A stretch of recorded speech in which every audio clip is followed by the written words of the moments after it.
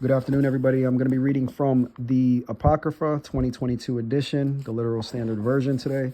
And I am in the epistle of Barnabas, not to be confused with the with the Gospel of Barnabas, which in my previous video, I read chapter 19 and gave commentary on the way of light. Today, we're going to read about the way of darkness.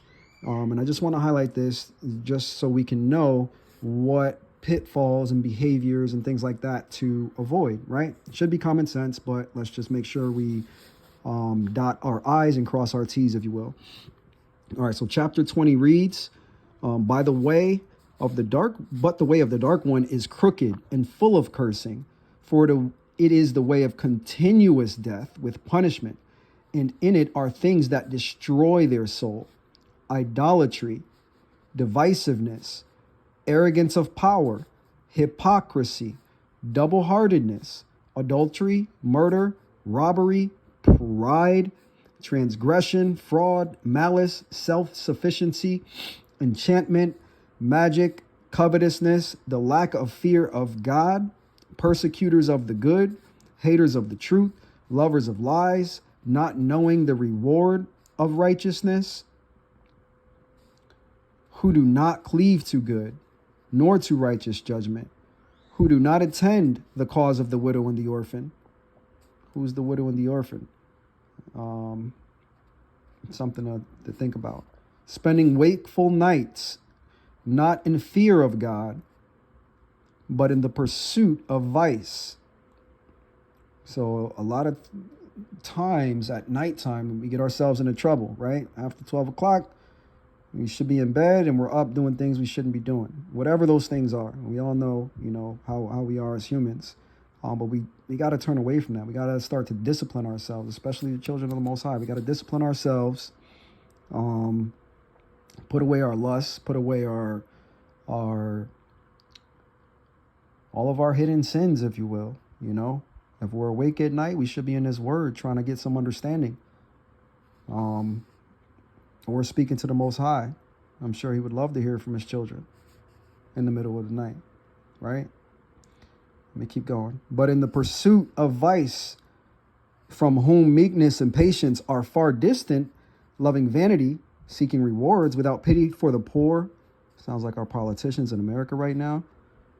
Not working for him who is oppressed with toil. Literally sounds like our politicians, because they technically are supposed to be working for the people. Not that I buy into the system at all or anything like that, but just trying to highlight some things.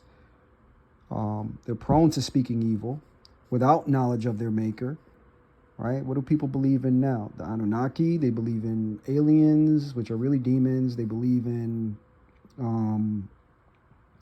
Darwinism, like evolution. They believe in whatever they believe in. They're just doing everything to trick everybody and to keep our mind off of the Creator. Murderers of children, whether that be 2, 3, 4-year-olds. We all see what's going on right now and what has been happening since the beginning of the world with, right now for us, it's Hollywood and the whole satanic industry and things like that. But it's way deeper than that. It's all of the politicians, the rappers, the actors, they're all in on it. They're all murderers of children, corrupters of God's creation. That's what that whole thing with backing up to the murder of children one with Wilson from Castaway, that little red face. I don't want to. I'm here to tell the truth, so I wouldn't say go look at that stuff, but just know that there's definitely some very bad things going on in this world that have been hidden, and it's from the people that we idolize the most as a society. It's disgusting. They're over here having us worship them as gods, because that's what they're essentially doing. Every time we go to a concert, a movie theater, a wrestling match, a basketball game, football, that's what they're giving them our worship, our time, attention, our focus, right? So, but these people are literally murderers of children. And they sacrifice children to other gods that is not the Creator, to get things to benefit them in this world. And it's disgusting. Corrupters of God's creation, You can think back to the days of Noah, and it's going on again today, mixing seed line with seed line, or animals with humans, and animals with animals that shouldn't be mixed, and it's just bad all the way around. Turning away the needy, oppressing the afflicted.